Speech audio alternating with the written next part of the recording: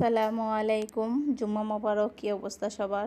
তো আজকে সকালে বের হয়েছি, সকালে এসে দেরি হয়ে গেছে, তাড়াতাড়ি করে মুরগি ভিজাইছিলাম।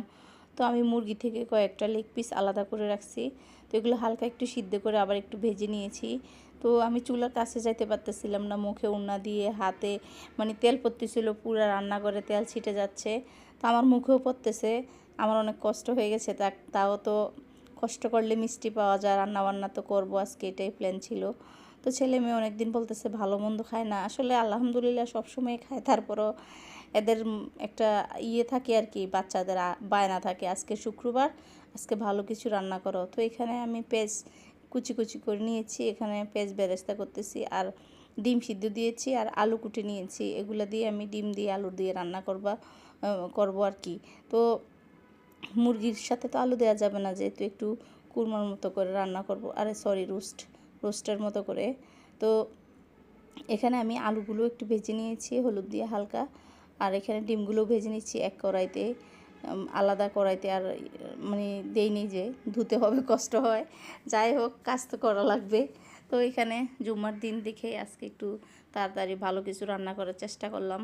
আজকে সবাই বাসায় আছে।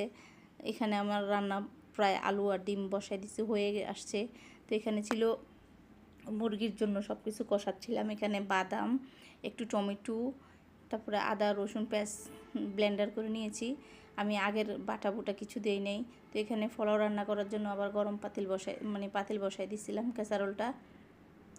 আজকে আজকে বেটে বুটে আজকে রান্না করছি, আগের কিছু দেই নাই। আরেক চুলা গরম পানি দিয়েছি। তো এখানে আমার মুরগির রোস্ট আর হয়ে গেছে, তারপরে ডিম তরকারি হয়ে গেছিলো। তো এখানে পোলাও রান্না করা হয়েছে। আমি সব ডাইনিং টেবিলে নিয়ে আসছি, যেহেতু কালি টালি নেই।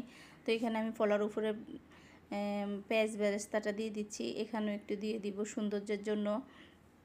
তো মাশাল্লাহ আলহামদুলিল্লাহ খাবারটা ভালো হয়েছে। আমি ভিডিও আপলোড দিতে দেরি হয়ে গেছে, কারণ হলো জুম্মার দিন নামাজ কালাম পড়ে খেয়ে দিয়ে সব ধুয়ে টুয়ে তারপরে আসছি ভিডিও ছাড়তে। তো এজন্য লেট হয়ে গেল। সবাই ভালো থাকবেন। আল্লাহ হাফেজ। আসসালামু আলাইকুম।